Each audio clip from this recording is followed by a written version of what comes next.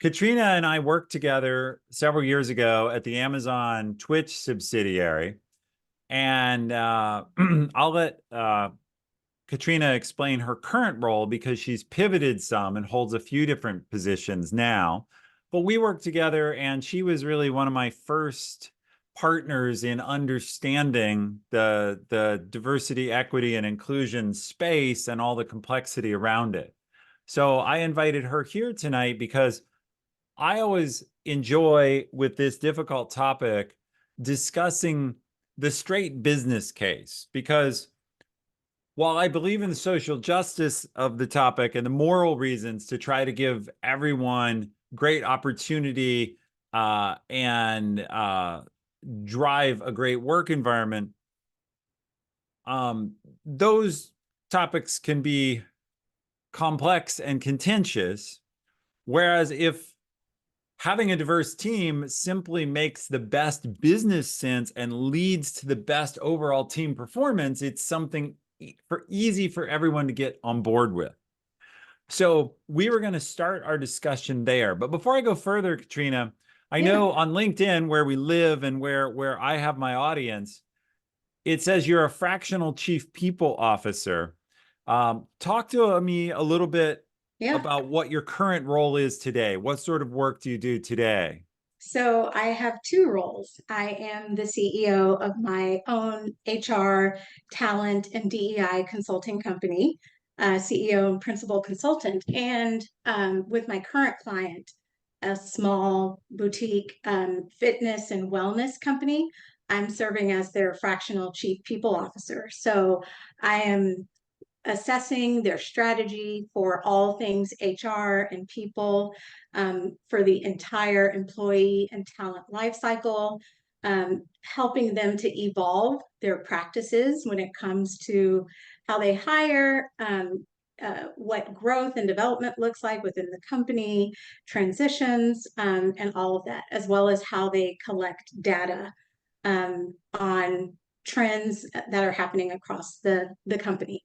And my goal is to set them up for success for the next arc in their business life. Perfect. Well, that sounds like, hey, as someone who runs my own consultancy effectively, I admire that. And then the work you're doing, sort of keeping your hand in it part-time in a corporate sense, gives you the best of both worlds. It does. It does. And, you know, I have a background in human resources. So before I pivoted into DEI, that's where I lived. But I always integrated diversity, equity, and inclusion into the work that I was doing when I was in HR proper. And so this was just really flipping over to the other side to, squarely focus on strategies and developing initiatives, programs, all of that. And lots of coaching, lots of one-on-one coaching. Oh, interesting. Okay. So we really do the same thing. Yes, we do. Okay.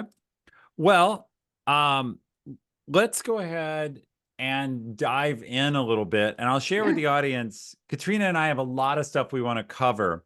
The Q&A tool for Zoom should be enabled. I may have to go and set the voting. Let me just do that so that people, yeah. So now you can all see all the different questions and you can vote on them. And if we have time to get to some of those at the end, we will. But we have a lot to cover.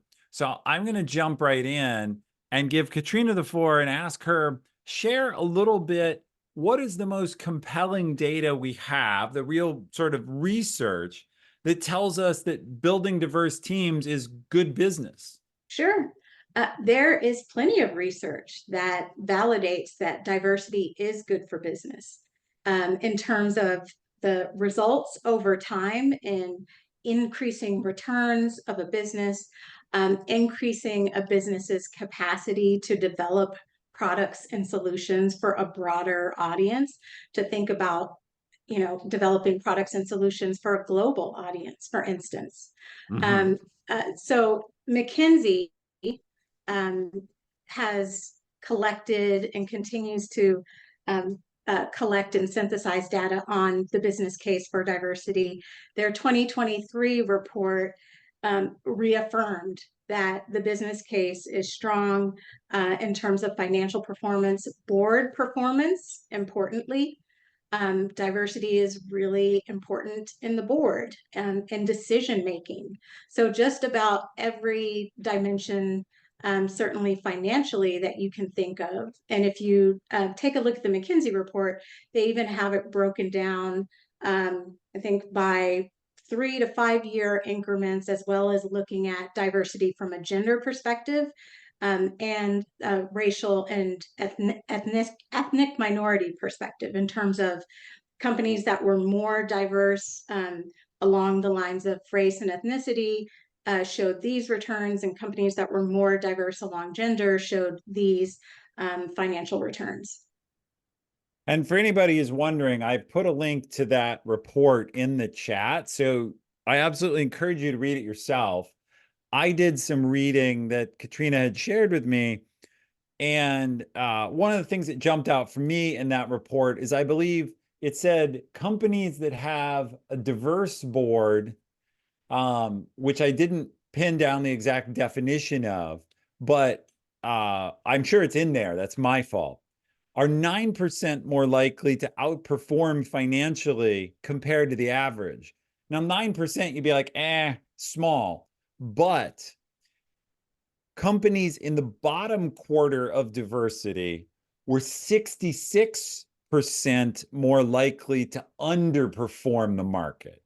So the shift you're seeing is more companies are diverse. So by having a diverse board, you're not getting as much advantage, but by being without that diversity, you're seeing a huge handicap. So that's like one well-studied objective fact that people can look into, which is who's on your board, how's the money doing? It's very clear.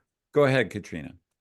I was going to say, so 9% doesn't sound significant, and certainly, being under by 66% is, but 9% in terms of sustainability, in terms of long-term growth, I think is certainly significant. Yeah, I definitely wasn't trying to say 9%. I guess I said it sounds small. It is meaningful. It's the 66% underperformance is what jumped out to me. Like, okay, here's the cost. If you're wondering, is there a difference? I guess if you add the two numbers together, my point is there's a 75% spread between the top and the bottom. And that's enormous. That's huge. Okay. Are there any other, just from all the things you've read and all you know, are there any other top facts or items that point to a good diversity being good for business? Catalyst. And I'll name resources. Catalyst is an organization, and they have a great one-pager and some insight into, again, the returns. They also are looking at diversity returns in Canada. I think the other cases and the other evidence that you can look at is the ways in which it changed a company's trajectory, or it improved upon a product. The iPhone is a famous example. It didn't have a period tracker for I don't know how many years. And then they added that feature. And imagine if that was a feature that was included, maybe if not in the V1, but V3. What would that mean? And so there are lots of plenty of those kinds of examples about the ways in which diversity, and specifically when underrepresented people, racial and ethnic minorities, and women, when their perspectives are valued and they are valued and included, the difference that it makes. Yeah, and this is not a planned discussion at all. It's really funny to me, may not be funny to everyone, but I'll take that risk. When you first started talking about a period tracker, my thought was, why would the iPhone track your punctuation. And, and then I Yes. realized this is exactly the problem Ethan. because my wife relies on the actual iPhone period tracker Yeah. all the time. And so I Yes. am familiar with it, Yes. but someone in chat put in bingo. That's exactly Yes. right. Like my first It's interpretation, even of the word, was like, what an unusual feature to be yes. discussing. Oh, Yes. that period. Got it. Uh, Yes. yeah. Period, semicolons, Yeah, that's colons. right. It's all about, there's a big thing about your capitalization. Yes. Yes. Autocorrect got a lot better with periods. That's what you're Yes. telling me. Yeah. Yes. Okay. Yes. But So I love this real time example. well, I'm gonna own it when it shows up. Um, so I put the Catalyst link in chat as well. That's a great one pager because it's kind of like key highlights. So Katrina, one thing you helped me understand though is focusing only on the business case does have a few downsides. It has a few Yeah. risks. Yeah. So if we say, well, diversity is good for business, and say I'm a leader who says, okay, I wasn't that interested otherwise, but I want my business to be successful. I'll go hard on this because it's going to make my business stronger. What are the pitfalls of kind of having that narrow focus?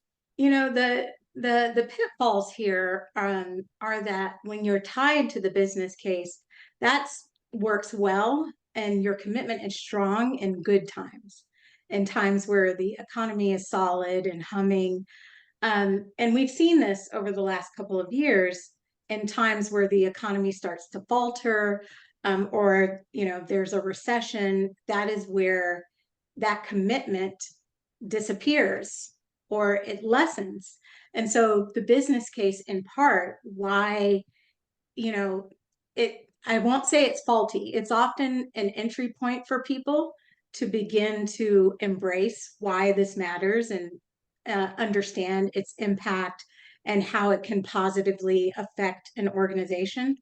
Um, but you've got to really deepen and be committed internally. The other aspect of this, another pitfall, is that as companies scale their diversity practices, um, there often is a tendency to focus on representation at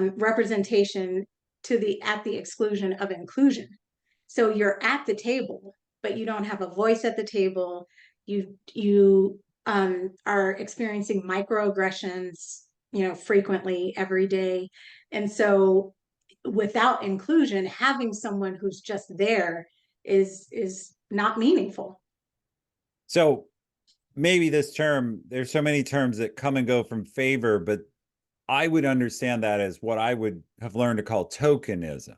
Yeah, yeah. That we have someone there so that we have a face of a certain race or color, gender, whatever, but there's no real attempt to understand or harness their unique abilities. Yes, exactly. And think of it this way: there is safety in numbers. Mm-hmm.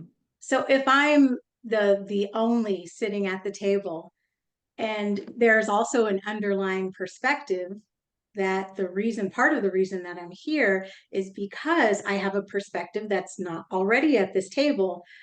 But then I feel like I've always got to bring the Black perspective. I'm Black. So I feel like I've always got to bring that to the table, which is exhausting, but also can create plenty of tension. And you have more to offer beyond that. Yeah. You're talented. And so that is one aspect of, your perspective that is of value to the business. Yeah, and I see this. I'm on a board of a nonprofit, and there are a couple of members on that board that everyone looks to be the diversity voices. Yeah. And the challenge with that is I see it play out. They end up using their share of voice to talk about sort of what the organization is looking for from them, but then they don't have sort of more energy or more share of voice to contribute to the rest of the mission. Yes. And the result is it's probably exhausting for them, Yeah. as you mentioned, but it also can lead to the idea of, well, don't they ever have anything to talk about except Yes. diversity? Yes. Yes. Like, oh, is This this? is, yeah, Yeah. Okay. this is when we turn to them and nothing else, right? Yeah. And So, yeah, sorry, I've seen that just really, it works against your, your goals actually to increase the diversity. Um, okay. People don't So, want to feel tokenized. so absolutely. So coming back to this idea then of business performance, to get a performant business, I need to have a broad range of people with me, Mhm. but then I have to actually integrate them into the team. Yes. We all have to be equal team members, and there have to be enough different voices that no one person feels like they have to carry all the load on speaking for shall we say uh non-majority perspective. There's Yes. enough people to spread that around. Yes. And I've definitely heard this. A guest we had earlier, a couple months ago, we had a woman from Amazon, another woman from Amazon. Her name is Christy Coulter. She wrote a book called Exit Interview, Hmm. but she talks about being in a room where diversity was being discussed and the lack of females in leadership at Amazon was being discussed. And she looked at the only other woman to see if that woman was going to like jump in or say anything. And she got a Yeah. very clear, like, no, you're on your Yeah. own, kind of like, if you want to do this, I'll applaud you from afar. Um, Yes. and because there weren't sufficient numbers, it was a very lopsided room. Yeah. What's interesting about that is, again, the numbers and what is that tipping point? If there had been three women there, would either of the three have felt more comfortable? That's tough, and you're not always able to achieve the numbers that might create some of that safety, but you can create that safety within the team, even with one. And it really is, again, um, disrupting your own biases, um, which is really critical. As you were talking, there was a situation that I was thinking of where in a meeting at Amazon talking about diversity and um, doing some reporting, looking back, um, the group was, uh, I think, all men except for myself and one other woman who was in the business. And we must have been talking about return to office or flexibility or something like that. And we were talking about, caregiving. And one of the men, you know, spoke up to say, hey, flexibility is important. It's important to me. And so I just want to, highlight that you, even not being a member of a particular community or group, if you are, learning and you are aware, you can also at least offer that up, which that is also what support looks like in those environments. That the onus is not always on that one person or one of the two or three. Yep. I am curious, just quickly, and then we'll move on. Is there a critical mass? In other words, is there some, relatively speaking, magic number where we've crossed this safety in numbers or strength in numbers? Is there any way I should think about that? No, you seem to be. Nah, it's tough because if you're looking at it from percentages, I would say 25%, but 25% could represent a single person, Yeah, depending. one out of So, four is, yeah. yeah, yeah. So that's where um, I think it's less helpful Okay, to try fair to enough. game it in that way, and why it's so important to focus on the inclusion part, and how people work with each other, how they collaborate with each other. Do people actually show up as inclusive leaders and teammates? Got it. Okay. So the next piece of this then is, what are a couple of the most common focus areas that you'd like to talk about or think we should look at? Maybe hiring, maybe promotions and progression. Yeah, hiring is definitely um, always a focus area. For that is often where companies start. They Yep. start with, "Yep, we know that there are no women in engineering or in our tech function, and we want to fix that, and so we're going to tackle it in hiring." um, Usually as the company matures and they get past just bringing people in, they start to look across the rest of the employee lifecycle and look at development, promotions. Do people have equitable access and equal access at the very least to opportunities? And those kinds of career defining opportunities that get you to that promotion. And Right. then also looking at promotions. We've seen, you and I both have seen where that data and just even looking at the data and seeing the trends and who gets promoted, how long does it take people to get promoted? Does it take this person 5 years? And do you notice that one group tends to have a longer time to promotion? Those are two critical areas, the hiring and then further along the promotion and development. And that's really about opportunities. Yeah. And I definitely see where this becomes so individual because a company can invest in trying to hire, but it has to have a culture that then can retain people, develop Yeah, them. And that depends on individual managers and individual teams. And so you see one team may be very diverse and a happy workforce where everyone feels safe and is outperforming, and the team next door is nothing like that. exactly. And there is some science here in starting early, and the ability to what I'll call absorb diversity, um, meaning for people from different backgrounds to, feel welcome, to feel included in your company. The earlier you start, the the more it becomes the norm versus when you're further along, say at employee 500, and you realize, hey, we need to focus on this. It is a lot more challenging. So that's very interesting. I have a friend who started his own company, and he happens to be South Asian. Mm-hmm. And his first 5 hires were all from his own country or from Yeah. the same country. And you're saying he's setting himself up for trouble. Yes, yes. Yeah. That five will turn into 10. And think of it this way.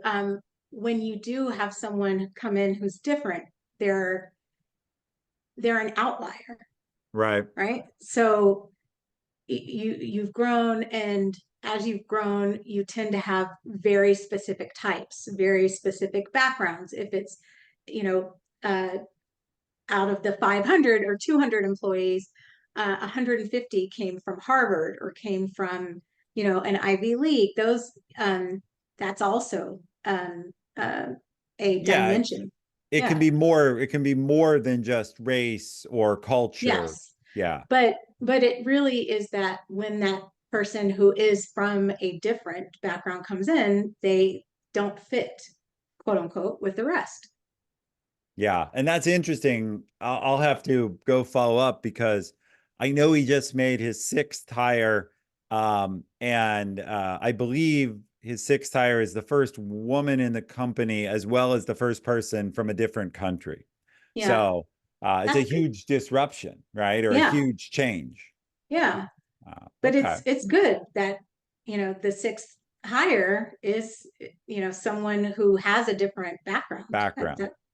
Um, and really it is, uh, you're learning to communicate with each other. You'll have more variety in styles, and working styles and preferences, all of that. Okay. So now let's, if you don't mind, talk Yeah. about the most common thing I hear when I talk on LinkedIn and I write about diversity and I write about supporting diversity. The most common thing I hear is, uh, well, DEI initiatives more or less drive us to no longer hire or promote the most qualified person. It's been understood or simplified as, oh, well, we need to hire or promote someone who's not the best. Um, what do you make of that as an expert in the space? I'm sure you've heard this many times. Yes. What, how should we look at that? Um, I have the diplomatic thing I want to say, and then I have the other thing I want to say. I've heard that. I wish I had money, a Yeah, a nickel, a dollar for quarter every time for you'd have a every nice time. car. Oh my Yeah. gosh, I'd be somewhere in Fiji with a coconut right now. Um, it presumes that all of the people who came before were qualified, were highly qualified. And if you go back and look at the performance data of those people hired, you would see, yes, some people did well, some people were terrible. And so you're assuming that what makes someone qualified is solely dependent upon them, being or having these specific characteristics. What is to say that someone who has a different background, has a different dimension of their identity, race, gender, whatever it is, that they're not qualified? And this is where, I mean, it's such a default that people go to. And again, it is, this person is not like us. And so they must be less than. And it's just not true. I think, the other piece to this is that those folks, and Ethan, let me back up because you've probably seen this. You've seen, somebody uh, get their cousin or let's say brother-in-law or some, brought in to a role when maybe Sure. their background wasn't the exact fit, but there was a lot of, bending of qualifications or mapping their background and experience to what was in the job description to say, yeah, they have transferable skills. They did X, they can do Y. Um, and it's important to look at who we do that with and who we assume that someone who's been excellent at this can also be excellent here, and how we assess um, who's qualified. Yeah, and I've seen I've seen all sorts of unusual hiring practices. A friend of mine relayed to me recently, he works at Microsoft, a place that is relatively working hard on diversity, and this is not a Yeah. diversity story, but they have relatively advanced hiring practices. And like Amazon has the bar raiser, Microsoft has this idea of what's called the as appropriate. It's their version of the bar raiser. Okay. And that person, for those who don't know either of those terms, it's a person on the interview loop, on the interview panel, that's supposed to act as a check and balance to the hiring manager to make sure that the candidate really is a good fit for the company. And my friend uh, was trying to bring someone in, and the as appropriate interviewer came to him and said, how do you want me to write this up? Like, I didn't particularly care for the candidate, but if the candidate's important to you, I can write it up so that they'll get hired. Like, what is it you want? And was, just very much using their position to curry favor and saying, like, well, here's my private opinion, but what is it you want as an outcome? I'll make that happen Yes. for you. So, um, I've seen all of these I've seen lots of these Yeah. circumstances. And I've also, for better or for worse, I've been part of helping people in my network get jobs. And while I have a somewhat diverse network, it probably skews white male. Yeah. And so when I help out people in my network, I'm perpetuating the problem at some level. And so Yeah. yes. I mean, so Pew Research has published some research, and I think they might have updated it recently, but it is about maybe 10 years old max. But the research says that at least socially, um, across racial groups, white people tend to socialize with white people. Like, and I'm talking about, more of your personal life, but that also bleeds into your professional life as well. Um, and if you have relationships and those people that you naturally have relationships with, those are going to be the people that you sustain connection with, that you'll turn back to when there's another opportunity. And one of the exercises or practices that I used to share with executives to help them think about their networks more broadly was, you know, if you're thinking about, you've got a role that you need to fill, think, spend some time actually really thinking deeply about um, people from diverse backgrounds that you might have worked with, that you maybe didn't know as well, but you knew them to be a good performer. You can reach out to them, and that is one way to make sure that you're, not bringing in a homogeneous pool of talent. Yeah. And that um I've gotten myself in trouble on LinkedIn, when I post, trying to ask the question that we're addressing now, which is what can an individual manager do?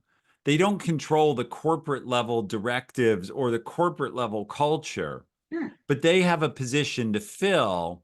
What are some of the things they can do to try and increase diversity on their team, knowing that they also have pressure to go ahead and fill the role in order to have that capacity? Yeah. And I mean, that's what you're always working against. You never have a generous lead time to to fill a role or to backfill a role. Right. Um, Aside from the practice of um, casting a broad net by Mm-hmm. looking at your network and thinking about people you've worked with but may not have a close, relationship with or close connection with, making sure that you've got clear and objective criteria that you're assessing candidates for. That is a really important input at the beginning to make sure that you have really done the work to define what's needed in this hire now. What do we need this person to do? What capabilities do we need? When it's loosey goosey, that's when it's easy to say, well, this person does fit or doesn't fit, because you haven't, clearly defined what those qualifications are, and what you need the person to do and what that will look like in action. So having that very clear picture is one critical input. Another is, connecting with networking, so professional networks, diverse professional networks, National Black MBA Association, for example, Women in Data. There are tons of groups Mm-hmm. that you could reach out to, and you could encourage other people to reach out to. Yeah, and I think one of the big eye openers for me, going back a ways, was someone simply pointed out to me in this whole is someone qualified argument. Part of qualification may be having a different perspective. Mm-hmm. So, yes, there's how many years you've been an accountant or how many years you've been a lawyer or an HR professional, but also, if I want multiple perspectives, sometimes the most important qualification is has a different perspective.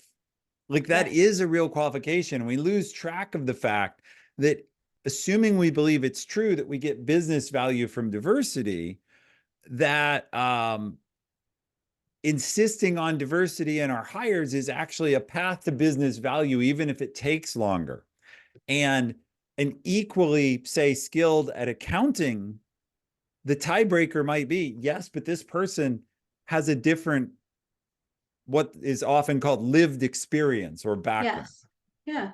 Lived experience. I mean, and I'm glad we're talking about this because I, I've often seen and heard people make the leap from, yes, you should consider this aspect, to we're only hiring people because of this single thing about their identity. And that's not the case. It's not that, you know, any person, any woman, for example, could apply and you're just automatically opening the door. You're defining clearly the qualifications, the experience. You're making sure that those qualifications and desired experience are relevant to the job that they're going to do. But it is an important dimension, lived experience, your perspective that you bring to the table. So, Katrina, I'm going to throw you a little bit of a curveball. We talked about some of the topics we would discuss, but I Yes. can't help, I couldn't help but scroll through everyone who's here. Mm-hmm. And the audience, not surprisingly, skews based on names and pictures. I'm making some assumptions, skews both female and from, we'll just say non-white backgrounds. Mm-hmm. So I'm curious, that isn't by any means representative of my overall LinkedIn audience. Yeah. So the thing that is frustrating to me is some of the people in positions of leadership who most need to hear this discussion haven't chosen to come.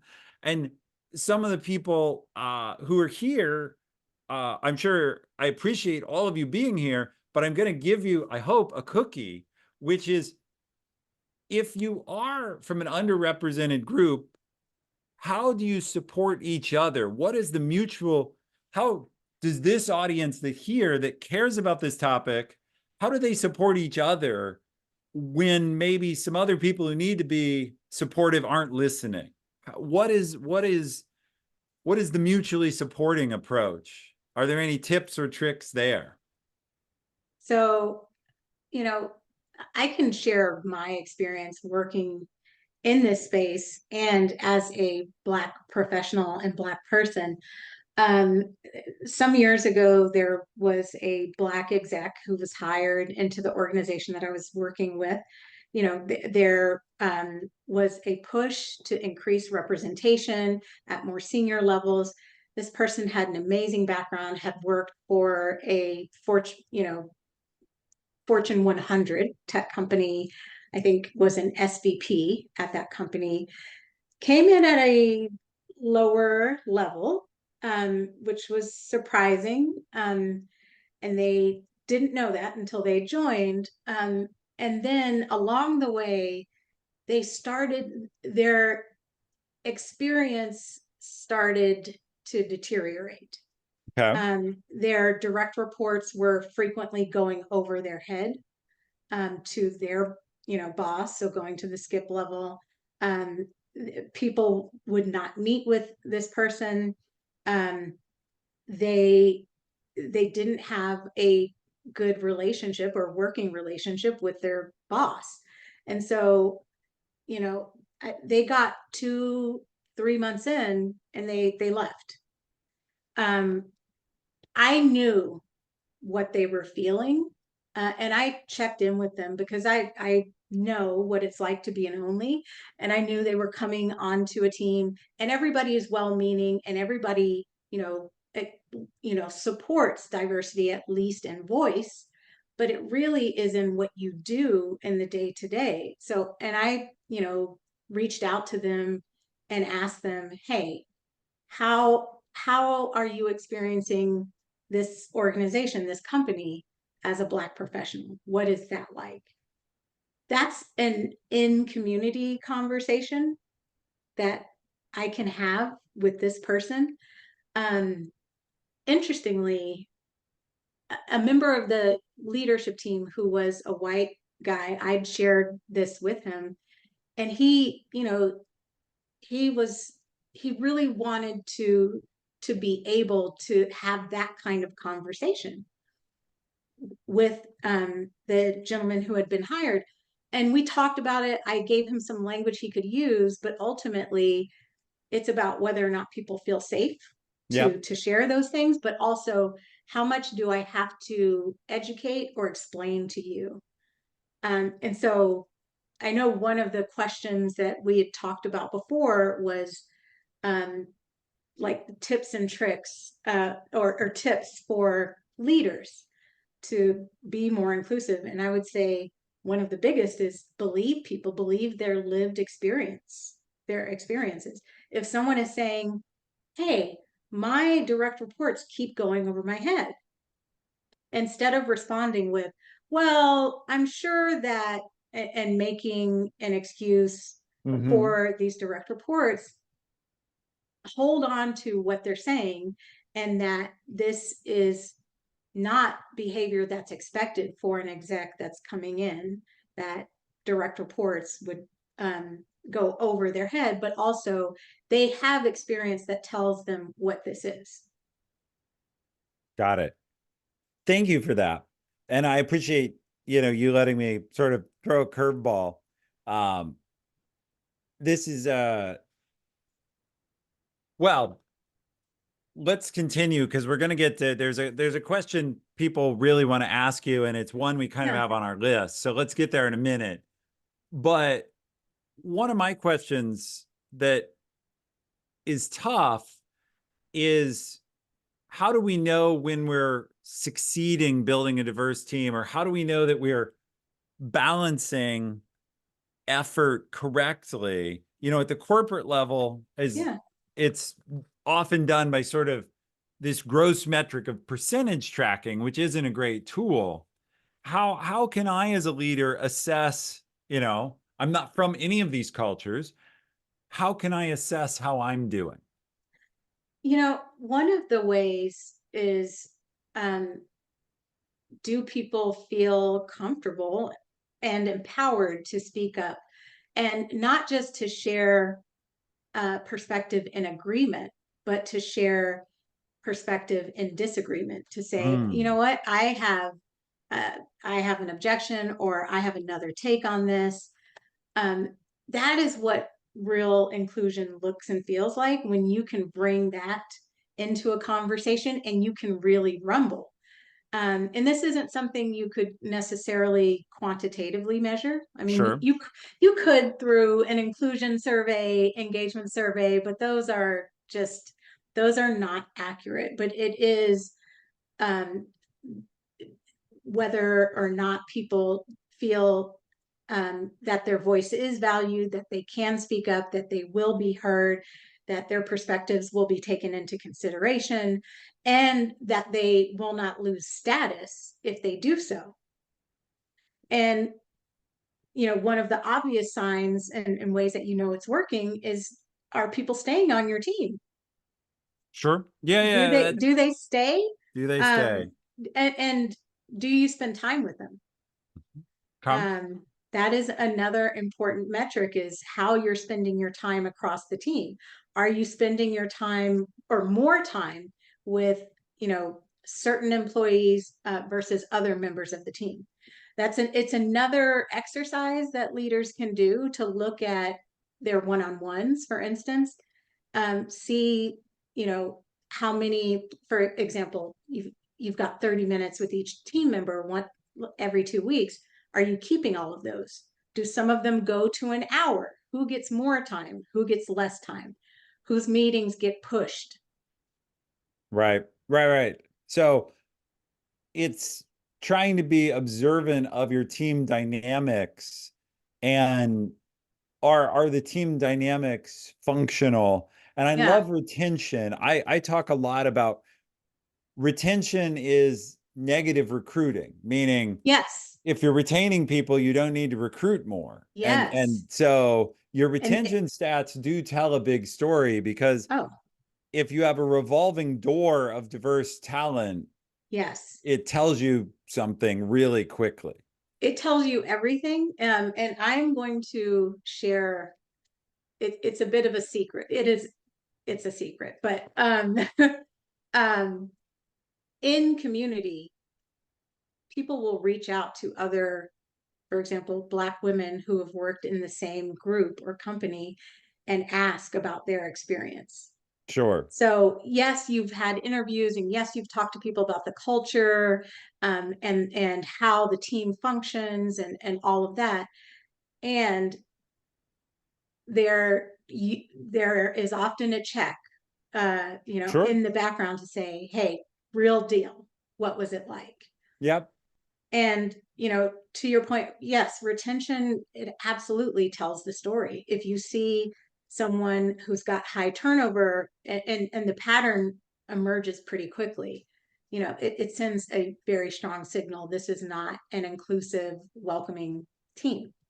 Right. Yeah. So it's funny when I think back across my history, um, there are so many things now that I share them transparently, but they reflect so poorly. Um, I remember I was recruiting for a startup leadership team long before Amazon.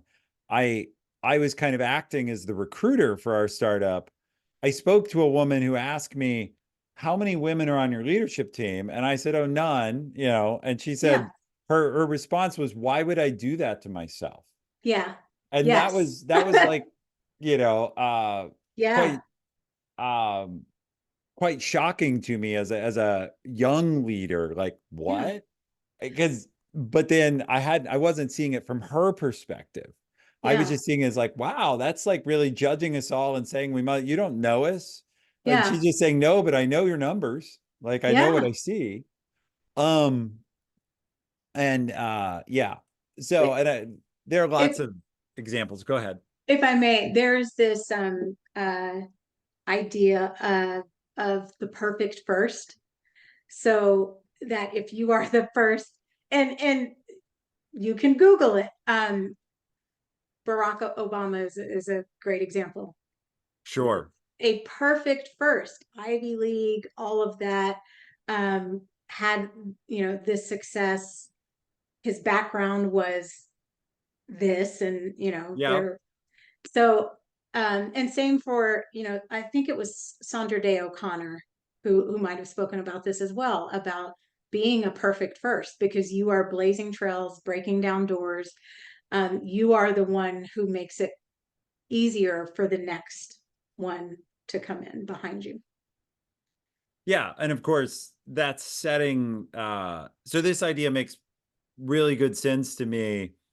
But it's setting such a high bar, right? The whole word It that is, someone yeah, has to be perfect in order, because they need to somehow be so beyond reproach that everyone's like, oh, yes, clearly they actually were qualified. There's no yes, taint of yes, race favoritism. yes. But Um, yeah, that itself is worthy of pointing out, that when you've hired 50 white men, let's say 10 of them didn't work out, right? They were terrible hires. right. If you hire one woman and it's uneven, or she doesn't do well, all of a sudden the thinking turns to, oh, well, can't have any more, we tried that once. And we don't do the same with the majority. We don't automatically assume that 10 white guys who didn't do well is an indicator that 10 more will also Right. fail. 10 white guys who didn't do well or 10 bad hires. 10 whatever, say, women who didn't do well is proof that women can't do this work. Yes, yes, Yeah. Yes. That I see that problem for sure. Um, this space is so tough because there's so many overlapping challenges. yeah, But your story of the perfect first is absolutely true. The doors get opened each time by yes, someone who is so amazing that they can step over some barrier. I mean, Yes. today we would think of this as a very small barrier, but one of our most popular presidents in history before Barack Obama was John F. Kennedy. Yes. Yes. And it was a Yes. huge issue because in 100 and whatever 50 years to that point, there Yeah. had never been a Catholic. Yes. And we're like, what? Catholic, Protestant, nobody Yeah. believes, like someone's denomination now is not a big deal. But in 1960, that was like, oh, wow, Yes. Yes. we're turning over the keys to America to a Pope lover, and we're going to be Yes. beholden to Rome. And Yes. um, yeah.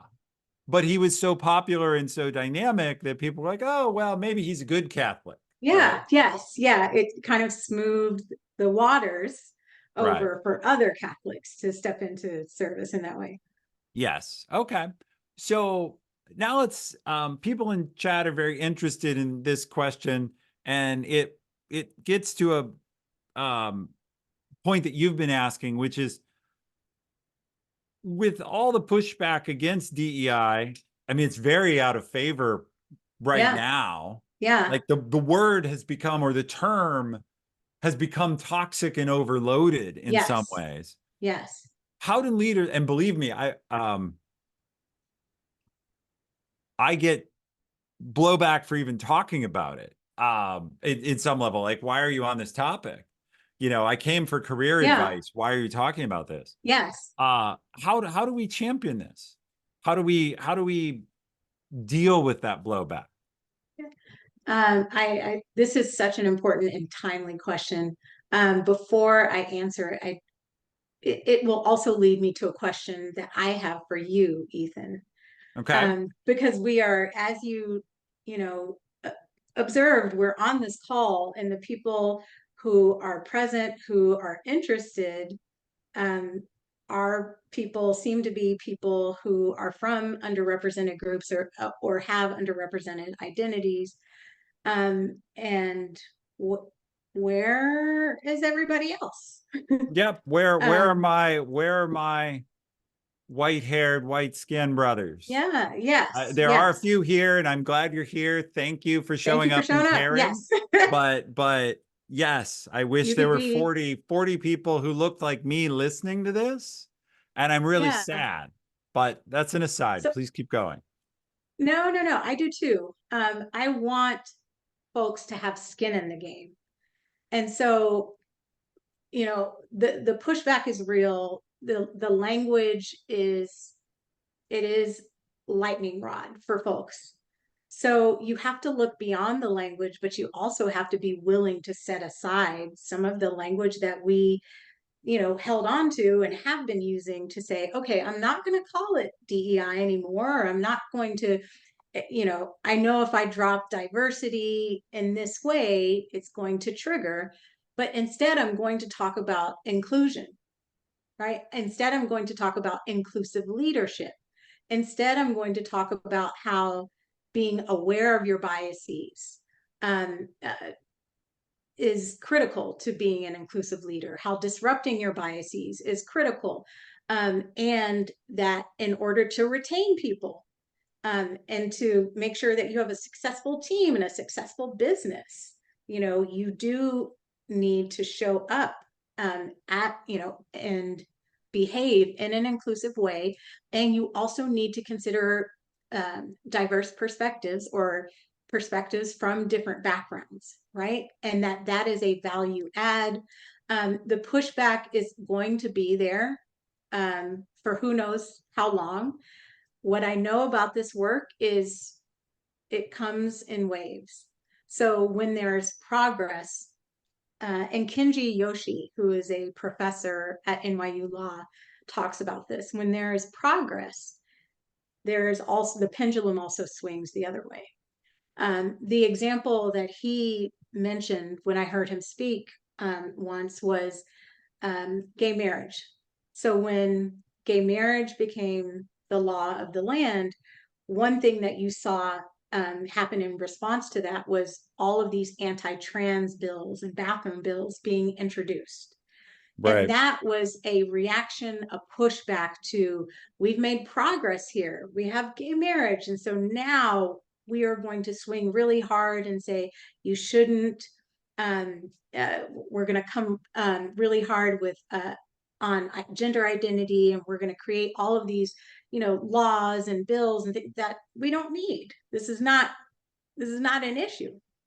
Um, so you have to be aware of this and, you know, ride that wave out, and show the results. I think continuing to highlight the business case, finding ways that people connect to their reason.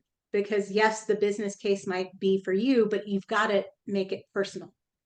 Which is my question for you, Ethan, is beyond the business case, because since I first met you and have known you, you have been a champion and somebody that I think of as, committed and also advanced in their journey. And I say advanced, not in the sense of he has a PhD but in the sense of he stays curious. He's always learning. He's willing to shift and change his mind about things. And he's open to new information. So I'm curious how you went from, if you have, from the business case into really having skin in the game. Um, yeah, well, I'm certainly happy to answer that as best I can. Uh, I made the journey in a lot of different steps. You probably recall I adopted my daughter from China. So she's now 21. So that was, 21 years ago. Um, and so I've lived in a mixed race household in a sense for 21 years. And that provided a lot of lessons along the way. Mm-hmm. Um, in overt racism, covert racism, implied racism, and of course, the world I want for her. So that's part of Yeah. the journey. And then part of the journey, though, was education. And I guess stories really stick with me. When I had I had a perspective in the beginning that being colorblind was the goal. Yeah. And that if only I treated everyone as equal, that was great. My job was done.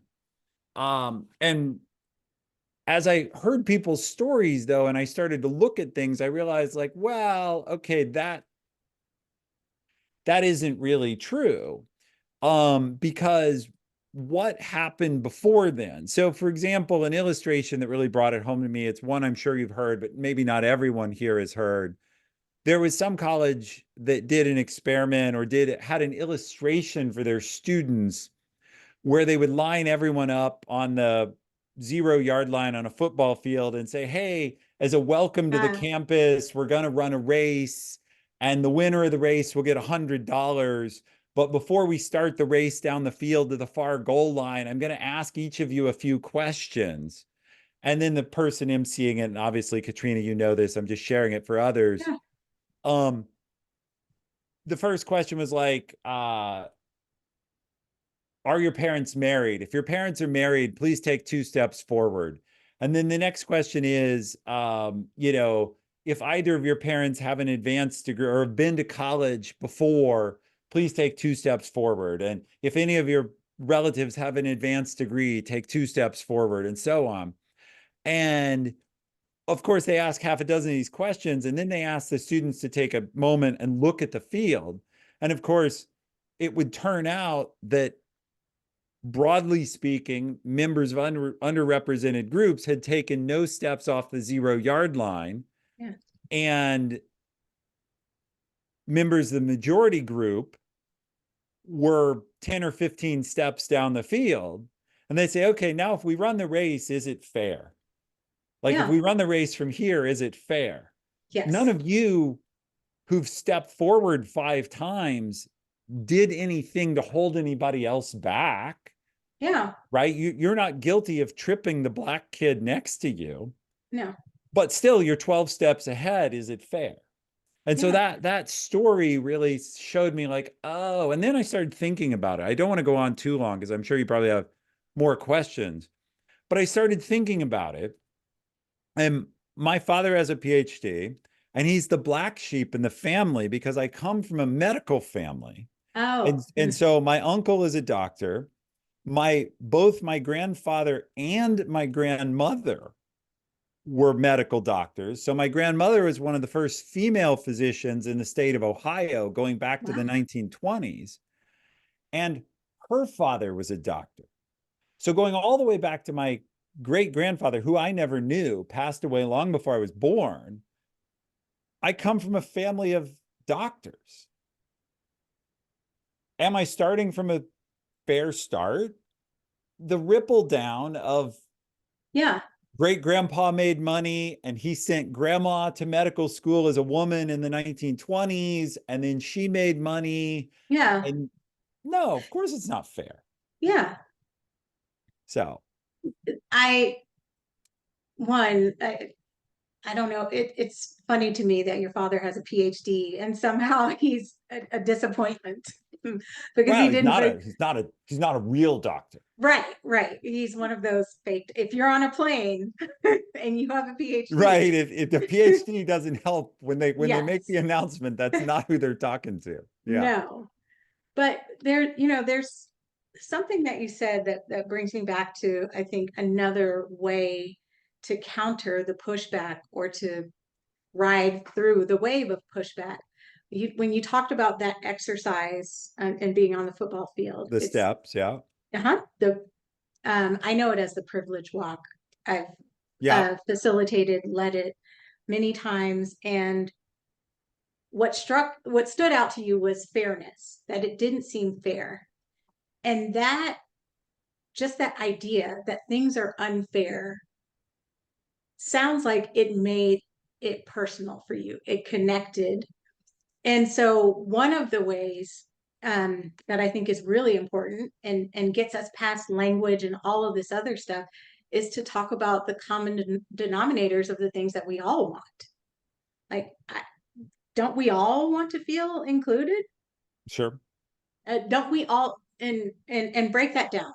Don't we all want to be in an environment where if we object to whatever the big idea is, that we're not shut down and that we're not penalized for it, right? Don't we all want to be in an environment where, you know, everybody can get that big project or that big, let's say, you know, it's an opportunity to go overseas or something.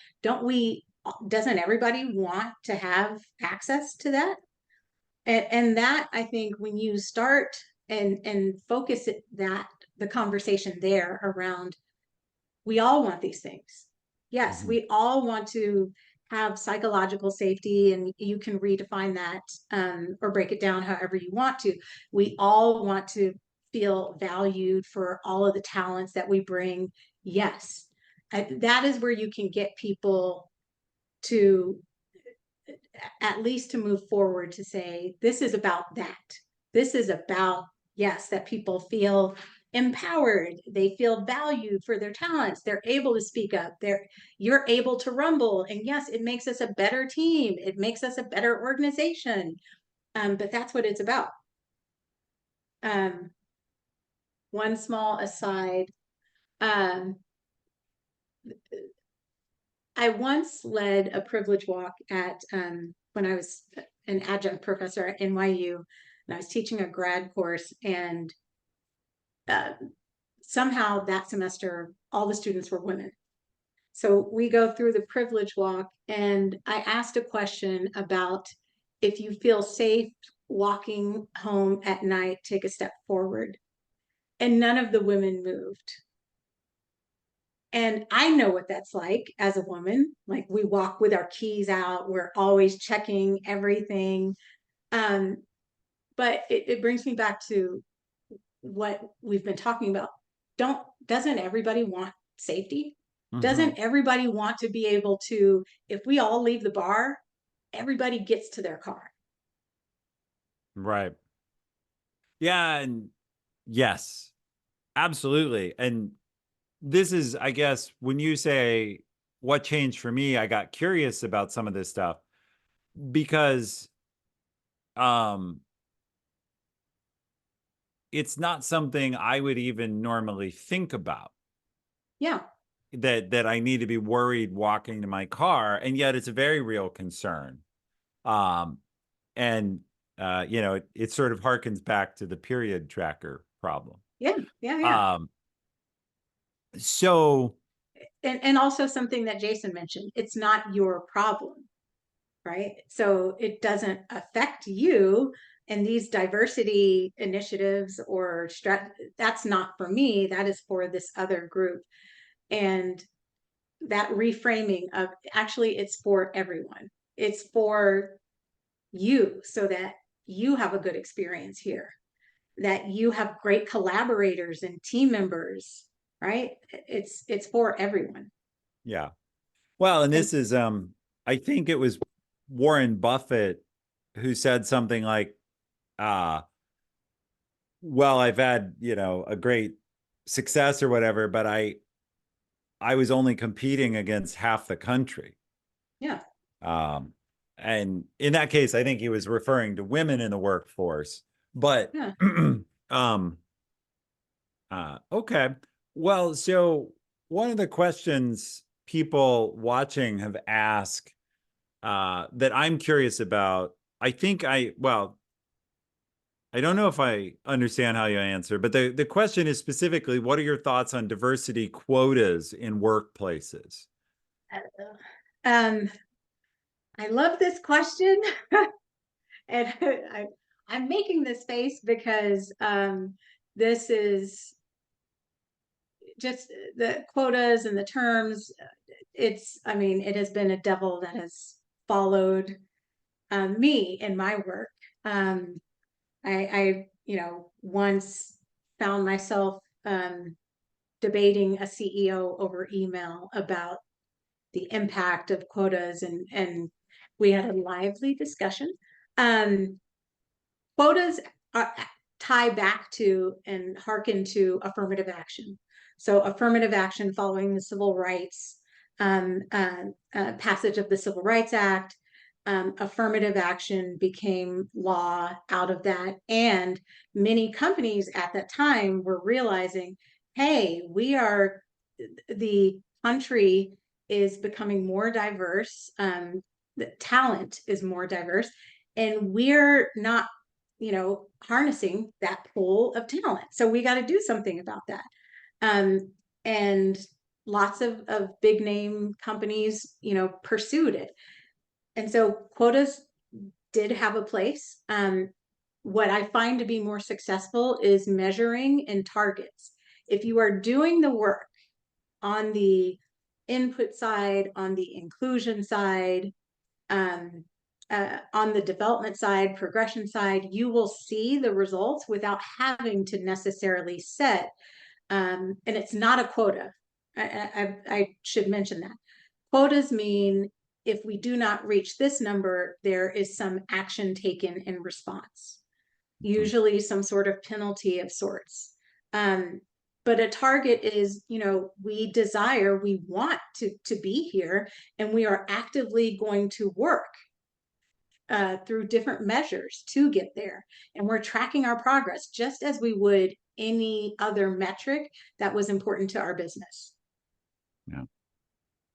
That is a wonderful. First, I agree with the idea of targets. And I would call them even aspirations. Yeah, Aspirations is too fuzzy, but the idea of looking towards where you want to go, not forcing an artificial distribution. yeah, Um, but I would definitely say in the current world, quotas, just for whoever asked this question, you know, it's interesting, even though we're a very welcoming audience here, the person who asked this chose to be anonymous. Um, the problem with quotas I see is quotas not only cause fear and resentment in the broad workforce because Yes. they lead to the idea that someone is that I might be held back because there's a quota for, say, Black leaders, and the next leadership spot is reserved for a Black person, and I'm the best person, so now I'm mad. Yes. That's one place where it causes a lot of anger. But the other place where it kind of no longer works for anyone is if a Black person is put in that role, many people around them say, oh, well, they're not actually qualified. Their only qualification is they filled the quota. And so it becomes lose-lose in that sense. It's been my practical experience. Yes. And there's a question in the chat about quotas if they've been used. You've seen it most. And sorry, I'm trying not to get academic here, but that's Sure. my default. Within the federal government, it's not they're not popular and not used in business. But you will see it and have seen it in the federal government. And I'm not deep into their, how they manage their workforce. So I don't know that they actually still have quotas, but they do have all sorts of mechanisms for ensuring. So, for example, veterans, ensuring that people have opportunities.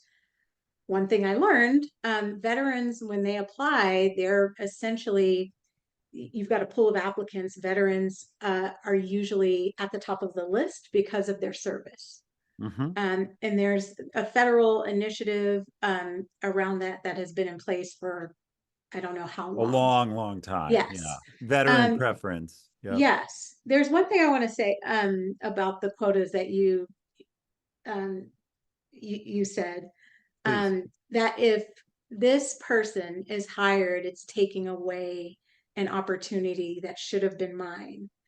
And that is such a flag, right? It presumes that you are due and you are owed this, right? It is Warren Buffett saying, I was only competing against half of the folks that I could have competed against. Uh, no one is necessarily owed or due anything. Like we all, and I always find that response interesting because it really undermines the idea of meritocracy, right? If there are certain people who should get opportunities, because that is what it is saying, that essentially these opportunities are really for me or for this group, and you getting an opportunity is an exception. Yeah. And unfair because somehow I've lost out. Well, the truth, we're at the end of our time, and the last question, I touched on some of the other questions that people ask in our Q&A tool. The last question I think we have time for, I at least want to address it. We'll see how you feel, Katrina, and then I'll give you the floor for how you want to wrap up. It says, if DEI is considered a moral and business necessity, why are there so many barriers to increase diversity? And are there recommendations for how to push DEI initiatives forward when you start getting pushback? Here's the thing, where Katrina was right in what she said about, well, was that opportunity supposed to be for me? All people get sensitive when they feel their own career is being held back, rightly or wrongly. They're ambitious people want all the opportunities they can get, and anytime they see or suspect that something is working against them, it's an incredibly high bar to ask someone to say, you only have one life on this planet, but some of these people in other groups had setbacks in the past, maybe setbacks in their childhood, and we'd like to help them now. And that's going to look like a cost to you, but you should be okay with it. very few people are going to be like, yes, I'd be great waiting 3 years for my promotion to give other people opportunity. That's why there's pushback, is because very few people, even if they believe in something theoretically, when it becomes that personal of, well, are you willing to wait 3 years to move up so that someone else can move up now? Like, oh, well, I support diversity and all, but that's not what I meant. That's a really hard. So answering the question, that's why there's pushback. Yeah. Whether or not that's good logic, that's the emotional reason there's pushback. No. And again, that underlying logic is my path is already here. It's already set in stone. It is present that I am going here. And so now you're introducing more competition. What the hell? That wasn't part of the deal when I came in, or as Right. I that was not part of the deal. And that is anytime that you're talking about, you know, really shifts in power, shifts in, and that's what it is essentially, shifts in representation, more inclusive. It does shift and change what power looks like in organizations, what leadership looks like, and people do feel threatened by that change, which is understandable. What I will say to that is, I don't know about you, but I want to work with the best people. I Mm-hmm. want to rumble with the best people. And best is, yes, sharp, brilliant people, thoughtful people, but where I have learned and I've really grown is working with people who weren't like me. Who, for example, I tend to be more extroverted, who are more inward, um, incredibly thoughtful. I learn a lot from, frankly, when I was in New York. I, um, I'm from Texas. I was raised in Texas. I moved to New York in my mid 20s. And so I went from a very Christian community, and growing up in that, to a much more diverse, from a religious standpoint, community. New York was, really the first time I was exposed to a lot of Jewish people. I learned a lot, through those experiences, working with people of different faiths, different backgrounds. Like, that is where the richness is. All right. Well, I appreciate you spending so much time here. I know it's late in your home in Texas, and I appreciate very much you joining me once again. Katrina and I have done this every couple or few years, Yes. and I enjoy catching up with her. But I We want should to do it give, more often. all We should right, do it more well, often. okay, well, then, Roadshow. all right. Um, Challenge accepted. That said, I want to give you the floor. Are there any closing remarks, things we haven't covered, things you Yeah. really wanted to comment on? Yeah. Thank you for that, Ethan. The one thing that I did want to say is, you know, talking about the pushback, it comes and goes in waves. And there's some measure of both hope and resilience that you have to hold on to. It is impossible to believe in the importance of this work of diversity. It is impossible to be committed and keep pushing forward if you don't have both that hope and resilience.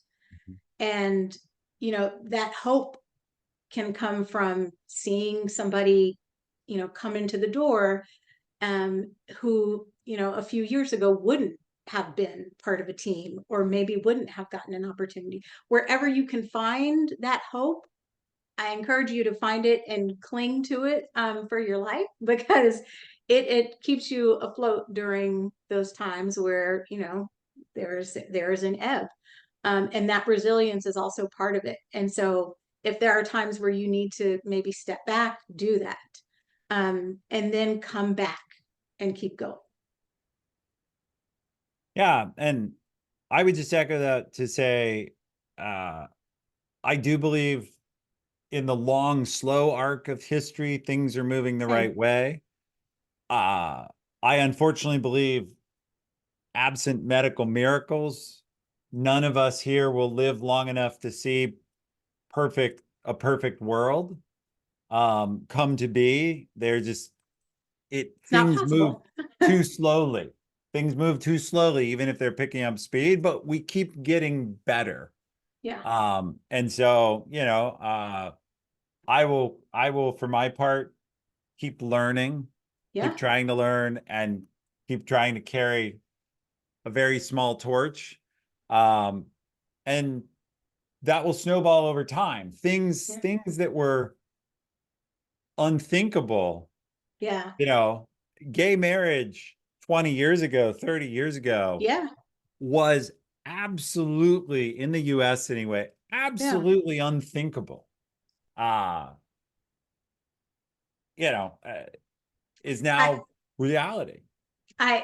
Ethan, I think about, and really quickly, Sure. you mentioned JFK, right? Right. I love that history, in part because I grew up Catholic. But, that Catholics were, pariahs, or regarded as people who could not be trusted, etc., to now where we are. Learning and understanding history and understanding again that arc, and that we do move forward, but progress sometimes is incremental, sometimes it's often incremental. We may stop sometimes, but we eventually move forward. After the Civil Rights Act, after desegregation and education was passed, what did you see? You saw an explosion of people fighting to keep, Black kids out of schools, brown kids out of schools. And now here we are today, right? Think about how much things have changed. Change Mhm. does happen. It does. It's slow. And with Yes. that, I'll go ahead and stop our recording. I'll let Katrina move on, but if you want to talk again, I will find the next good topic and we'll reach out. Anytime about anything.